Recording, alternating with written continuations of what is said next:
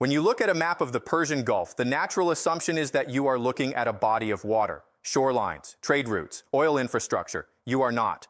What you are looking at is the most sophisticated piece of strategic leverage ever constructed by a nation that the Western world has spent 4 decades trying to dismiss. The Strait of Hormuz is 21 miles wide at its narrowest navigable channel. That is not a geographic accident. That is a throne. And Iran did not stumble onto that throne. Iran spent the better part of 40 years building it, reinforcing it, and converting it into something that no military on earth, not America's, not Britain's, not any coalition of NATO powers assembled together, can simply remove them from. What I see when I look at Iran's relationship to Hormuz is not a country with a chokehold on an oil route. That framing is too small. What I see is a civilization that has converted geography into coercion at a scale that has no modern precedent. A hostage situation, not with a single person in a room with a gun, with the global economy in a room, and 40 years of patient, systematic preparation at the door. And the part that should genuinely concern every person watching this, the part that most coverage will not walk you through, is that Iran does not even need to close it. The threat alone is the weapon. Understanding how that weapon was built and what it means for the price of everything you buy is what this is about.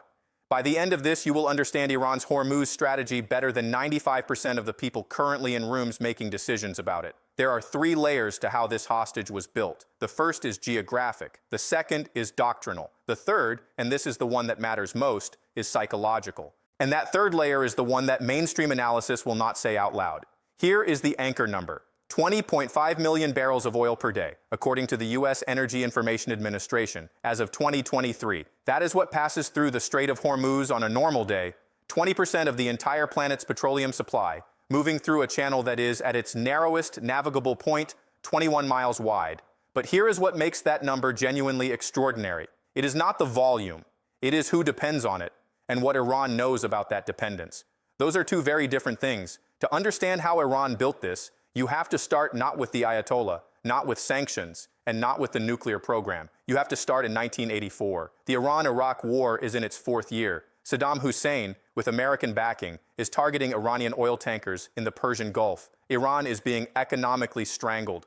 Its war machine is running on borrowed time and borrowed credit. And Iran's response was the first public test of what would become a 40-year doctrine. Iran began attacking tankers too, not just Iraqi ones, any tanker carrying oil that was funding the war against them. It became known as the tanker war. What the world saw was retaliation. What Iran saw was a proof of concept. In a single strategic move, Iran demonstrated something that would define every decade of its foreign policy that followed. The Strait of Hormuz was not just a geography problem, it was a leverage problem. And leverage, once demonstrated, does not need to be exercised every day to remain real. The doctrine that emerged from that war has a name. It is called forward defense. And the man who formalized it was Major General Qasem Soleimani of the Islamic Revolutionary Guard Corps. Forward defense does not mean deploying troops to the enemy's territory. It means creating so many layers of threat at so many distances through so many proxy networks that any adversary must calculate the cost of engagement against the cost of simply not engaging. Dr. Vali Nasr, former dean of the Johns Hopkins School of Advanced International Studies, described Iran's strategic posture this way: Iran is not trying to win a war. Iran is trying to make every war too expensive to start.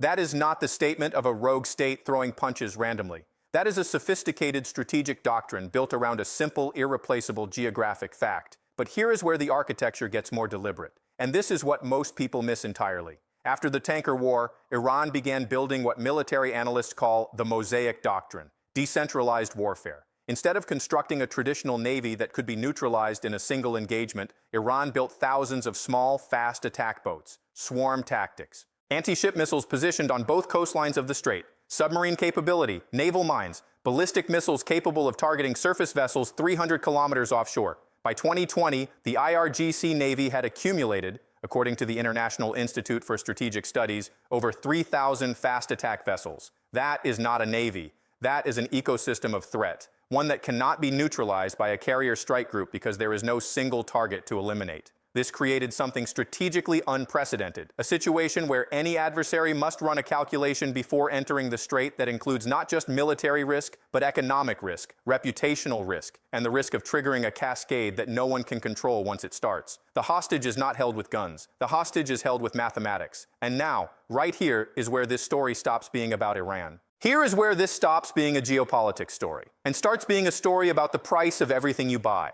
Every grocery bill, every gas station, every mortgage rate, and what Iran understood about your wallet that your own government never fully admitted. Japan gets 70% of its crude oil through the Strait of Hormuz, according to Japan's Ministry of Economy, Trade and Industry, as of 2023. South Korea, 75%. India, 60%. China, 40%. These are not peripheral economies. These are the manufacturing spine of the global supply chain, the countries that produce your electronics, your pharmaceuticals, your car components, your clothing, and every single one of them has baked into the price of every product they export. The silent assumption that the Strait of Hormuz will open tomorrow morning. This is where your wallet enters the story.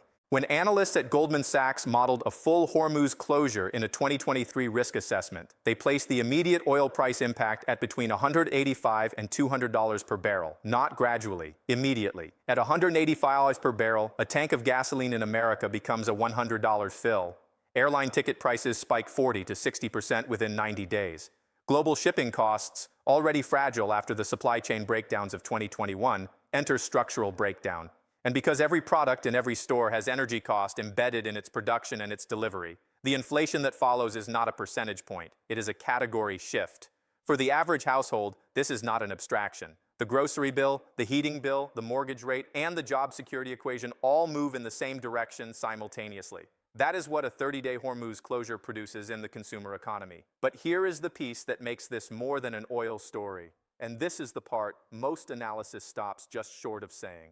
The global financial system, specifically the petrodollar system formalized in 1974 between the United States and Saudi Arabia, was built on a single premise: that the dollar is the currency through which oil is priced and purchased everywhere on Earth. Every barrel, every transaction, every nation. That system holds together for as long as oil keeps moving. If Hormuz stops, even for 30 days, the countries most exposed face a choice that no amount of diplomatic language can soften: accept severe economic contraction or begin building alternative arrangements that do not run through dollar-denominated oil markets. And here is the counterintuitive fact that should make you pause. Iran knows this, not as an accident, as a design feature. The China-Iran 25-year Comprehensive Cooperation Agreement, signed in March 2021, was structured at $400 billion in Chinese investment into Iranian infrastructure, energy, and military cooperation. In exchange, discounted Iranian oil, priced not in dollars, but in yuan and barter arrangements. Iran was not simply holding Hormuz as a threat against America. Iran was simultaneously building an exit ramp for itself and for any country that wanted to price oil outside the petrodollar system, in the form of a deal that would survive any sanctions regime Washington could construct. The hostage, in other words, is not being held for ransom from America alone. The hostage is held against the entire architecture of dollar-denominated global trade, against the system that determines what your currency is worth, what your savings buy, and what price your government pays to borrow money. That is a structural position, not a confrontational one. And structural positions are orders of magnitude harder to dislodge than confrontational ones. Now here is where the scenario analysis gets genuinely uncomfortable, because what I've described so far is the theory. What comes next is what the theory looks like when it runs. Now take a deep breath before I walk you through this next part, because this is the scenario that keeps strategic analysts awake at night. And the reason they lose sleep is not what you'd expect. In April 2019, the United States Navy's Fifth Fleet issued a classified assessment, later declassified and reported by Reuters, that placed the probability of a serious Hormuz incident within any given 90-day window at between 35 and 40%. That number has not gone down since 2019. It has gone up. By mid-2024, the cumulative effect of collapsed nuclear negotiations, the Abraham Accords restructuring of Gulf alliances, and the Gaza war had shifted Iranian strategic posture from deterrence to active pressure. In the first 6 months of 2024 alone, the IRGC Navy conducted no fewer than 12 documented provocations in or adjacent to the Strait of Hormuz, including the seizure of 2 commercial vessels. According to the United Kingdom Maritime Trade Operations monthly reports for that period, 12 provocations in 6 months. That is not a pattern of restraint. That is a pattern of calibration. Iran is testing precisely where the line is, without crossing it, every single time. Before I walk you through the cascade scenario, something deserves a full stop. The human beings living inside this strategic calculation, on the Iranian side, on the Gulf side, on the crews of those seized vessels, are not abstractions. The sailors on the detained ships have families. The IRGC personnel executing these operations are not cartoon figures. They are soldiers carrying out a doctrine that their government has spent 40 years constructing, and they believe, with genuine conviction, that this posture is the only thing standing between Iran and what happened to Iraq in 2003 and Libya in 2011. That context does not make the strategy less dangerous, but it is the only honest frame within which to understand it. Now here is the scenario. A 30-day Hormuz closure, not permanent but sustained, does not look like a 1973-style oil embargo. The global economy in 2025 is too interconnected for that kind of managed, gradual response. It looks like this. Day 1, oil futures spike past $150. Asian markets open and fall sharply. The dollar strengthens briefly, then faces selling pressure as Tokyo, Seoul, and New Delhi begin emergency currency interventions. Day 7, global shipping insurance rates become prohibitive. The Lloyd's of London War Risk Premium, which applies to vessels operating in contested maritime zones, effectively prices all non-military commercial shipping out of the strait. 20.5 million barrels per day becomes, operationally, zero. Day 14. Strategic petroleum reserves begin releasing. The United States held 351 million barrels as of January 2025, according to the Department of Energy. At current U.S. consumption rates, that provides approximately 17 days of total coverage for the United States alone. Not for Japan, not for South Korea, not for India. Day 30. The political calculus in Tokyo, Seoul, and New Delhi has changed permanently. Not because those governments want to realign away from the American alliance, because their domestic populations are paying the equivalent of $100 for a tank of gas, and no elected government survives that arithmetic indefinitely. Every serious student of geopolitical history recognizes this pattern. The British Empire maintained dominance of global trade routes not through military superiority alone, but through the credible daily demonstration that those routes were reliable. When that credibility broke, in the Suez Crisis of 1956, when Britain and France were forced to withdraw under American financial pressure, the empire did not fall to an invasion. It fell to an economics calculation. British power no longer justified British costs. Iran is not the British Empire, but Iran has studied precisely how maritime choke points end empires. And the application of that lesson to a 21-mile channel in the Persian Gulf is the most deliberately constructed piece of civilizational leverage assembled in the modern era. The probability that Iran actually closes Hormuz entirely is assessed by analysts at the Rand Corporation at between 15 and 20%, as of their 2023 Persian Gulf risk study. But here is the structural reality that those numbers conceal. A 15 to 20% probability of global economic catastrophe persisting indefinitely with no expiry date is already a hostage situation in full operation. Every government that depends on that oil, and most of them do, is already making foreign policy accommodations based on the existence of the hostage taker. The gun does not need to fire to control the room. And now, step back from the scenario for a moment, step back from the specifics for a moment, because here is what all of this, and the 40 years of doctrine, the mosaic of threats, the petrodollar under siege, actually means for where the world goes next, and what you should be watching for. What I want you to take from this is not fear. Fear is not useful here. Fear freezes. What is useful is the map.